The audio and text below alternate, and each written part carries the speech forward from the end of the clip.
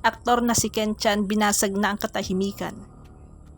Nitong November 14, inihayag ng kapuso aktor na wala siyang nilokong tao. Matatanda ang November 8 nang bigong maihahin ng mga otoridad ang arrest warrant kay Ken dahil wala ito sa kanyang tahanan sa Quezon City. Pero nitong Huwebes, nangako si Ken na ilalabas ang katibayan para pasinungalingan ang paratang laban sa kanya. Nahaharap si Ken sa syndicated estafa involving 14 million. Non-bailable ito. Depensa ng kampo ni Ken, ipinagtataka nila ang naturang kaso dahil ang usapin ay tungkol lang sa pagkalugi ng negosyo. Ang tinutukoy ni Ken ay ang restaurant na Cafe Close na merong 3 branches na nagsara dahil lugi ang mga yon. Itinanggi rin ni Ken na nanghingi siya ng pera at nangako ng interes.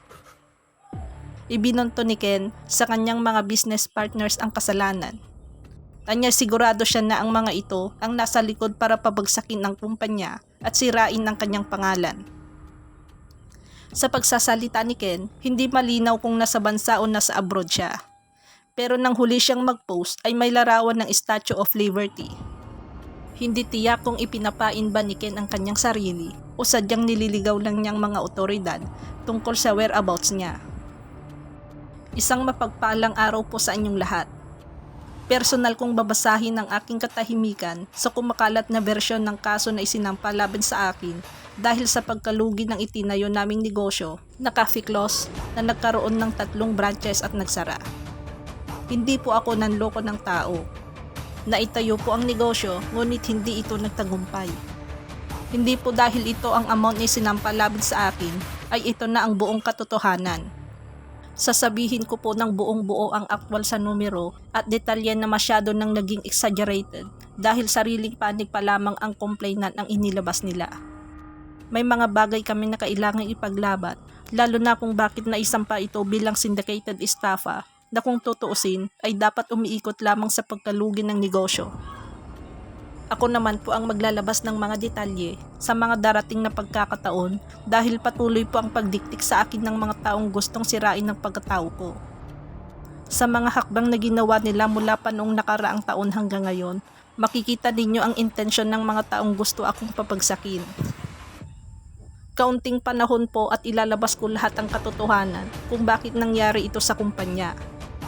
Hindi po ako nanghingi lang ng pera at nanloko tulad ng akusasyon sa akin. Nalugi po ang Cafe Close at isa sa malaking dahilan na rin na nagplano para pabagsakin ang kumpanya at patuloy na sirain ang aking pangalan.